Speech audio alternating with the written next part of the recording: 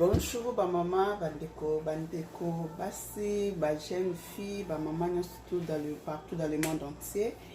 Bonjour, ça dépend de l'heure où vous êtes.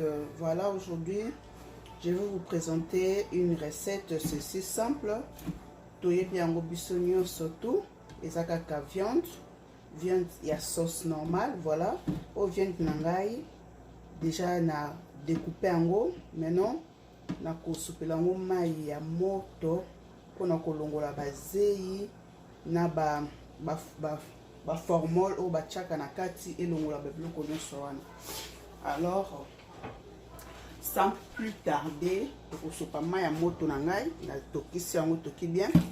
Alors tokotika on va laisser notre viande et vendre na kati ya mai ya moto o pendant moins 4 minutes. Il vend vraiment pendant 4 minutes, c'est pris. Et après, na kozonga on a koya ko sukula yango, ko rincer yango na mai ya chède.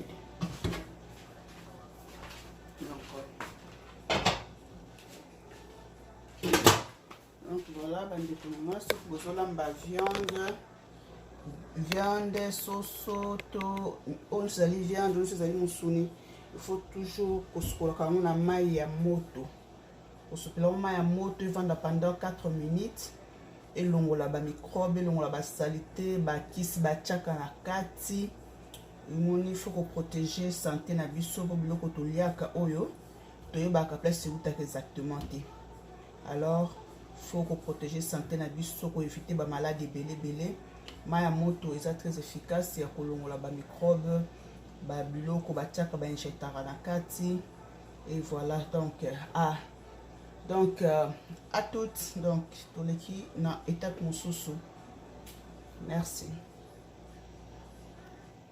Voilà ba maman de retour pour la viande na biso. J'espère que vous mona bien ndenge ba salité ebimi.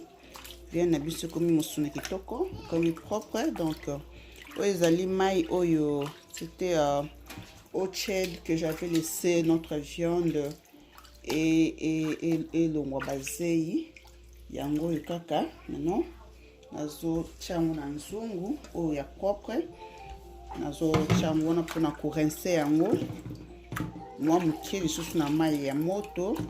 Après on va passer à notre deuxième étape. Donc voilà, viande nangai na préfère katango ba morceau moi qui moyen quoi na ba morceau minene té. Donc c'est ça. Oza ail. C'est plus marijuana. Alors ici alors sorry. Na kozwa susu mai ya moto au chède pour rincer pour la deuxième fois. Cette fois-ci, ça va pas vraiment traîner là dans l'eau. Et là juste rincer plus vite.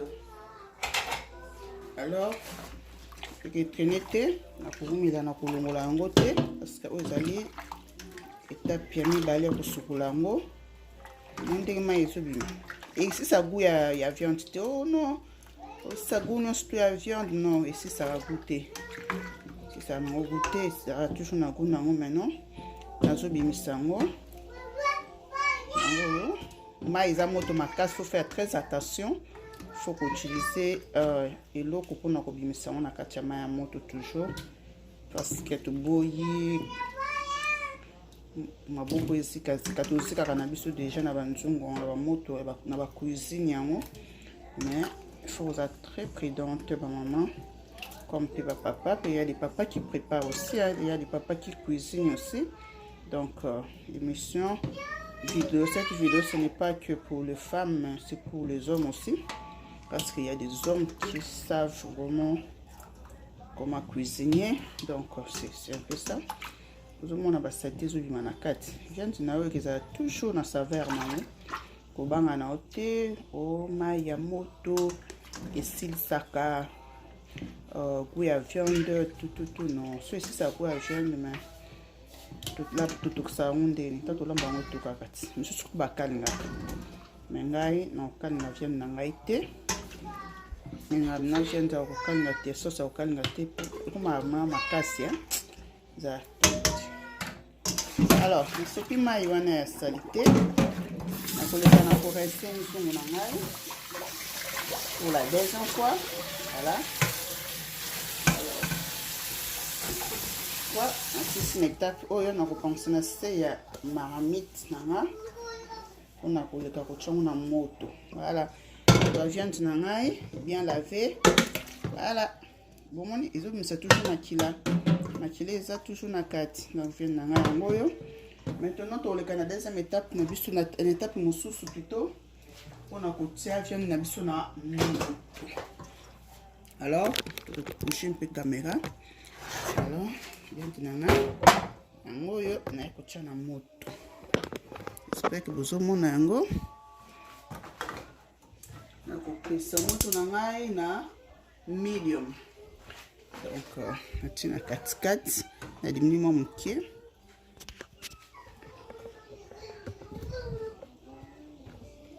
voilà viande na ngai yango wana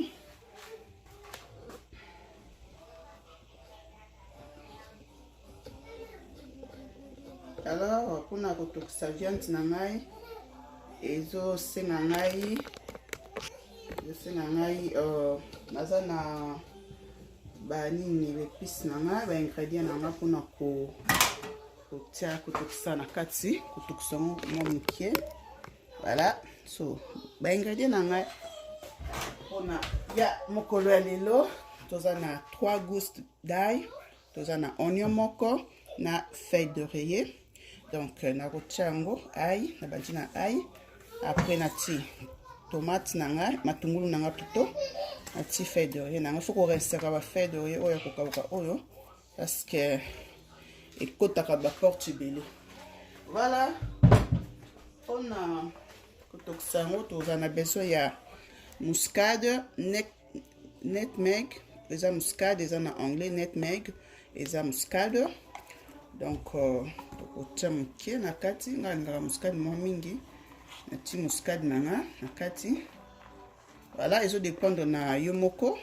ndenge olingaka eza da bamama mosusu balingaka muscade te alors nga alingaka muscade awa toza na ginger tangawis gingembre totia yango na kati alors voilà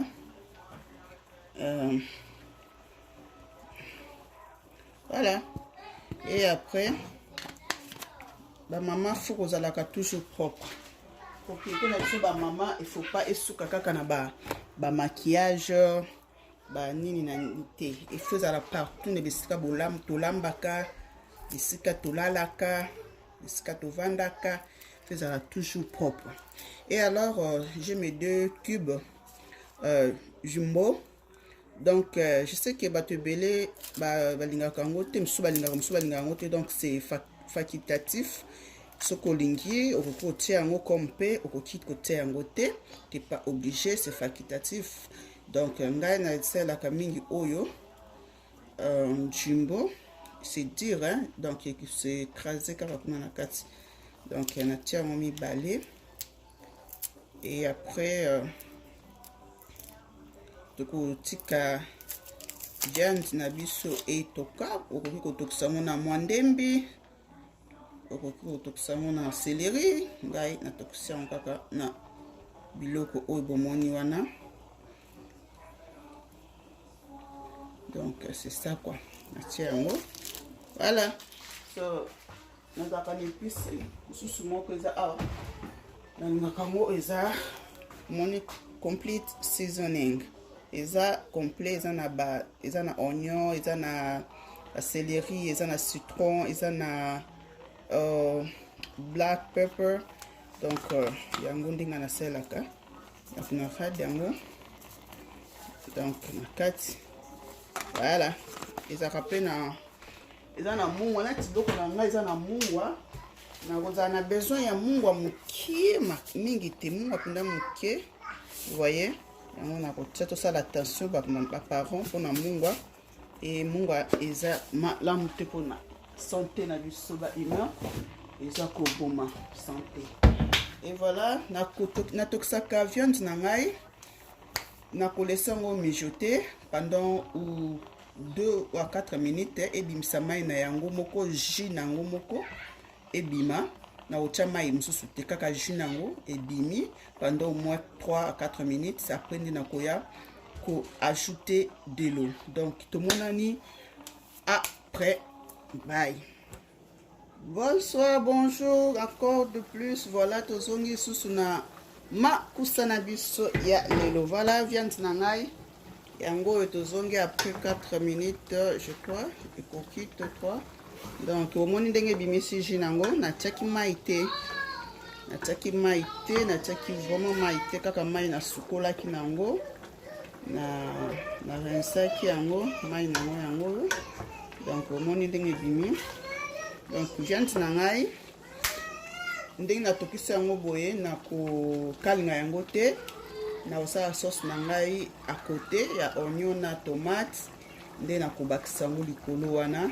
Et eza nango facile, eza vraiment facile. Okongela même pas na cuisine soki ozaki déjà fatigué, outaki mosala to oyebi koyebi koyamba bapaya brusquement bona boye eza nango bouillon te, mais eza près nga vraiment viande ya kokalinga te na ya sauce namona yango ekomaka viande ekomaka makasi trop, eza na goût te boye namona egarda goût nango. Voilà, viande na ngai eza nango déjà kolemba, viande yango eza nango makasi te, eza nango kolemba. Alors na rotika yango moke boskize ngai vraiment mpona makelele. Va changer, va mettre pokoyo. Donc désolé vraiment, avec les enfants ce n'est pas facile quoi, ce n'est pas du tout facile dans la bazar, je suis seule, donc c'est un peu ça. Voilà, tout le monde a dit après que tout ça mbisi na nyama na ngai pour na kosala la sauce, tout le monde est après, donc na kofine kambisi na et viande na ngai encore mon yezo toka, c'est-à-dire que okokipa ko meka oyeba soki mo mekangi surtout na taki cube wana na kazaki yango pour maka vraiment il faut toujours s'assurer que cube wana vraiment et disparaître vraiment et c'est soudre. Oh mon Dieu. Maman, making. Mungo na ngai, goût na ngai et pesi kitoko. Tiki yango na moto nazoka nango kala mingi donc 18 minutes. D'accord. Allez. Voilà, tokomi na étape na biso ba mama ya kosala sauce. Huile na ngai yango yo. Donc eza vegetable oil. On a besoin de mafuta mingi te.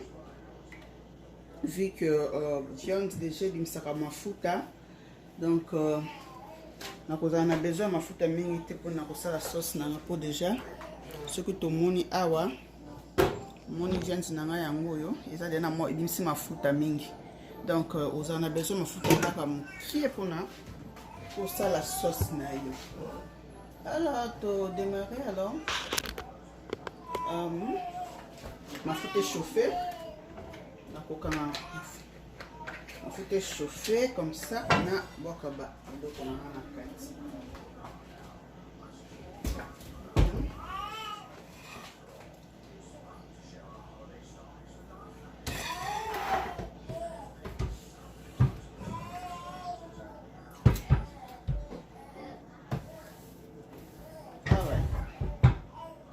Nanga échauffé kobanda na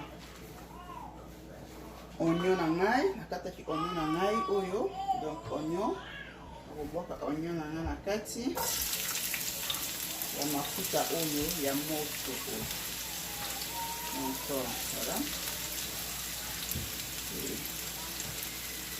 adema so juste na ngai nakobalisa yango malamu kobanza yango kota malamu na nani.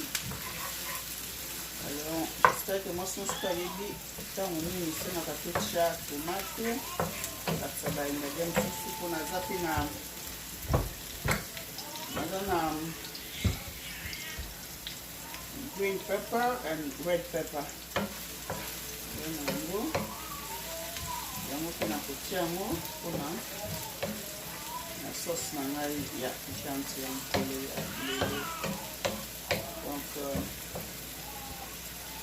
ekodépendre na ndenge moto alingaka kokata oignon na ye, mosusu balingaka kokata yango minene, mosusu balingaka komixe yango kutu baliki yango mpenza komi mike. Ngai napreferaka na ngai ezala bana. Alors namoni mwa changement ekoti mwa moke mpona na kati ya oignon oyo, kati ya oignon na ngai nakozwa épice na ngai oyo poivron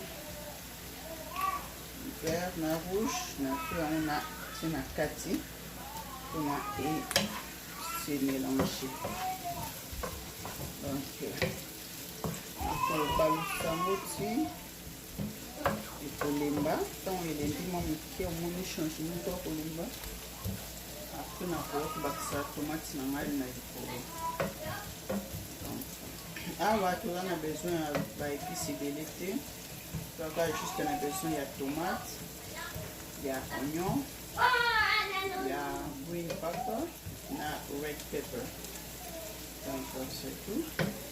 Tomate na ngai eza nango tomate ya boîte, tomate eza fraîche te, ya tomate ezalaka vraiment très bien. Okotrouve tomate oyo na ba supermarché surtout oyo eza na États-Unis. Soki oza na États-Unis okotrouve yango na ba supermarché surtout ya États-Unis. Donc voilà.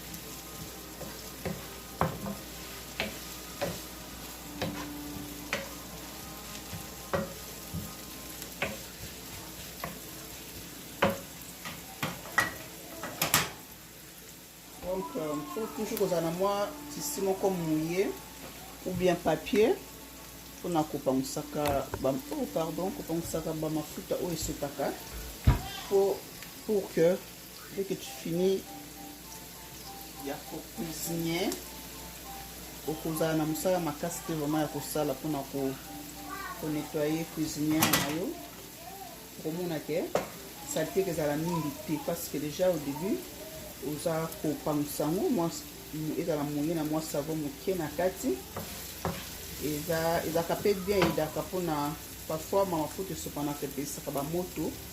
Et pour éviter ça, pour éviter cela, il faut vraiment tout le temps pour nettoyer cuisinière na yo na mwa serviette moko moye. Voilà. Ah ouais, nazokoba balusa tomate matungulu na nga.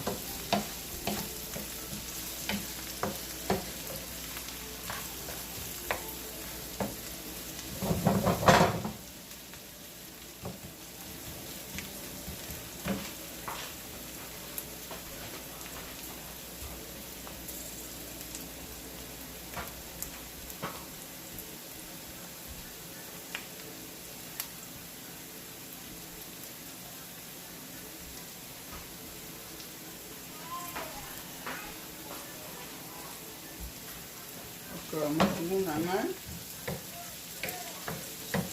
ça va oyo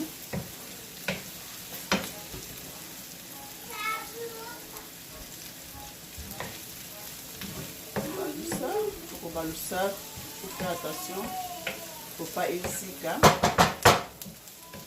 faut pas vraiment hésiter, il faut chauffer mon corps doux, donc pas chauffer mon corps fort quoi, c'est doux. Le de la malembe il faut pas écramer et hésiter, et ça la revient que ça va tout sur le politique. Donc tomate na tout le monde a connu. Et bon, on a mis déjà qu'on a combattu sa tomate. La tomate na maille. On a besoin. Les viandes de l'anglaise quand même ébélé.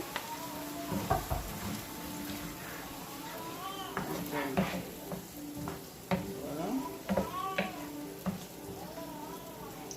bakisa moke parce que nasalaka sauce na ngai ebele mpo bomoni naza na bana baza na moke makasi.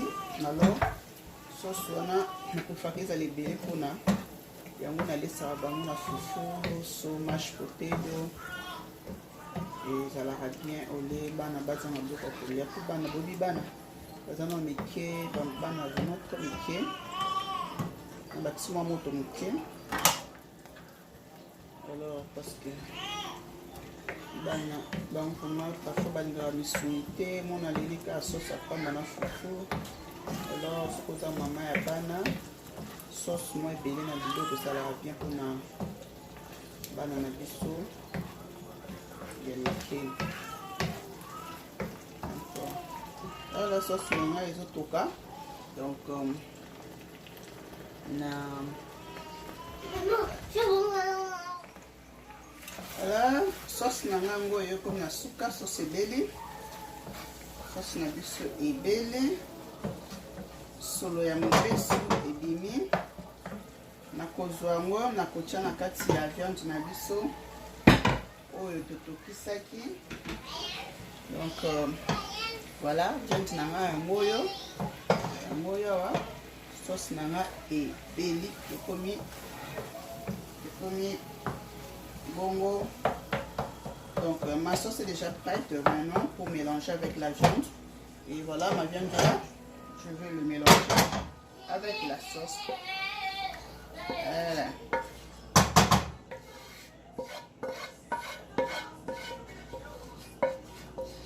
Voilà, c'est mélangé.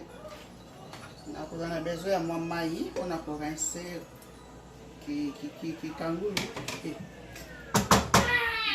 Kalungu nanga sorry pour rincer yango wana batie yango. Alors mpona kozwa badeshe nyonso mpe ya basosi oyo ezalaki na kati. Nakobalusa yango mpona komélange yango nakobakisa susu mai na kati. Voilà, j'espère que bozomona biloko malamu. Biloko na ngai nde tobandaki ti na nde tokomi na etatu oyo sauce na ngai yango oyo eza bloqué na na sisi te mais nakobakisa lisusu mai mpona etoka malamu. Wana natieka mai moke ya korince kikalungu oyo eza mai nango natokiselaki wana jus na yango wana. Jusqu'à présent on a bâti ma maille fermentée. Alors on a bâti sa maille na kati mo moke. On a ça qui bino on a sauce nanga ni akeza libele pona bana. Ça na facilité à coller sa bana sauce na fufu na biloko na ba mash potato de l'eau alingaka. Alors on a besoin vraiment ya mai na sauce ya bana. Nanga moko na vraiment na sauce mingi te. Sauce nango ozomona eza mai te, eza pe kilo makasi te. Alors pour le résultat na mo soki etoki. Donc il faut bien mélanger avant de finir. Alors on remet comme moke. Voilà. Natina le mou sauté depuis na sali sauce. Maman que mou wananga et yotani malamu te. Alors nakobakisa na place ya mungwa nakobakisa cube nanga comme nalobaki précédent que cube ezali eza facultatif. Donc okoki kotia yango comme okoki kotia te okosalela no kaka mungwa ngai na cube nanga oyo mibale na kati. Et voilà sauce nanga yango ok. Et comme malamu ngai nanga koki je peux ajouter encore un peu d'eau. Voilà donc natie cube na ngai et puis nakotia comment on appelle ça oyo eza lokola bouillon na ngai nakobakisa yango ya moke parce que déjà nabakisa yango moke mpo mungwa eza mingi te eza bouillon soki oyo kozwa yango na maison ya ba mexicain eza chicken flavor bouillon donc okozwa yango kuna epa na bango okozwa yango na ba supermarché nyonso to bakoma oteka yango mpe partout na ba supermarché nyonso to ya États-Unis voilà mpona baingrédient na nga na suki wana nakobalusa yango bien donc voilà ozomona ndenge mpe sauce na nga ezali eza mai te eza mpe makasi te alors nakofinika yango etoka moke nakozangisa te kobwaka mwando mapilipili nalingaka mwa saveur wana solo wana ya piment esalaka bien quoi esalaka bien ya biloko solo kitoko ya mpimbo donc nakozala vraiment juste na besoin ya moko ina na yango oyo eza congelé donc kolongola nzete oyo te nzete oyo so olongoli yango pima epanzala na kati alors bana bakolia efosala très attention mpona bana voilà na kofinika nzungu nanga natika yango etoka pendant 5 minutes parce que viande nango eza déjà obela sauce nango eza déjà ya kobela donc oza na besoin tika yango etoka ebele te alors moto na wana bakisi yango natie na katikati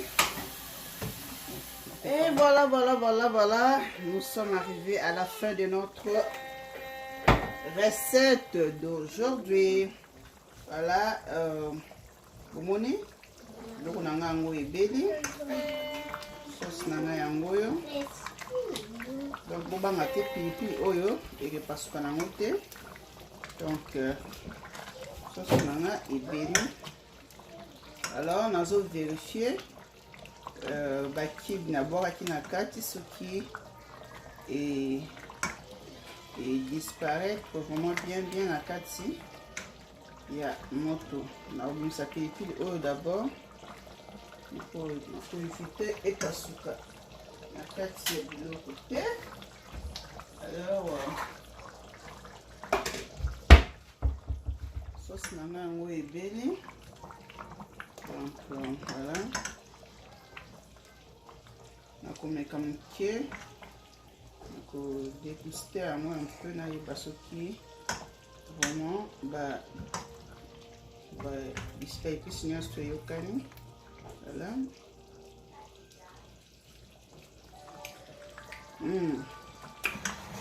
eza bien donc sauce na nga yango ozomona nakokanga moto ebeli nango déjà alors nakotia biloko nanga awa so nalambi nabimisaka biloko na nzomo mbala moko otiaka na kati ya esiki nanga kati ya biloko nanga donc so naumelaki so moke engaki esika voilà viande nanga yango ya sauce omoni mafuta eza mingi te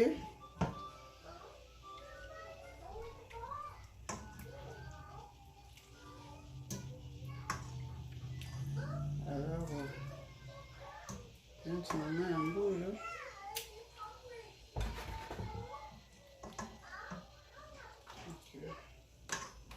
voilà comme la soupe ya émission na biso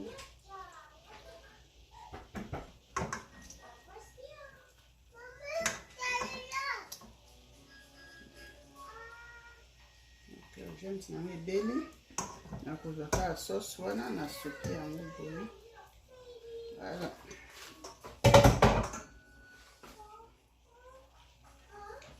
voilà biloko nanga ebeli donc voilà ok ekeliama na loso, okoki koliama na fufu, kwanga, mashed potato, manioko ya kokalinga, donc manioko ya kotokisa, makemba ya kotokisa, donc ezodépendre kaka na posa na yo. Voilà, tokomi na suka ngai natiki bino, donc merci vraiment merci beaucoup pour votre patience d'être là si nombreux devant votre écran, devant votre YouTube, devant votre téléphone. Yakotala elubu na ngai ya mokola lelo. Merci beaucoup. Ici kanasali erreur. Bozangisa ko salanga ba reproche te ba remarque na bino eza vraiment bienvenue chez moi. Donc on apprend toujours, on apprend à chaque jour. Et nga pe na yebi nyonso tute o na yebi pona nga yango yo, mais soki erreur esalemaki, en tout cas veuillez me parler, veuillez me faire des remarques. Vos remarques seront toujours le bienvenu chez moi. Et n'oubliez pas de vous abonner sur ma chaîne, abonnez-vous et laissez aussi les commentaires là, ça va me faire aussi du bien. Merci pour votre patience, votre support, votre support, votre soutien.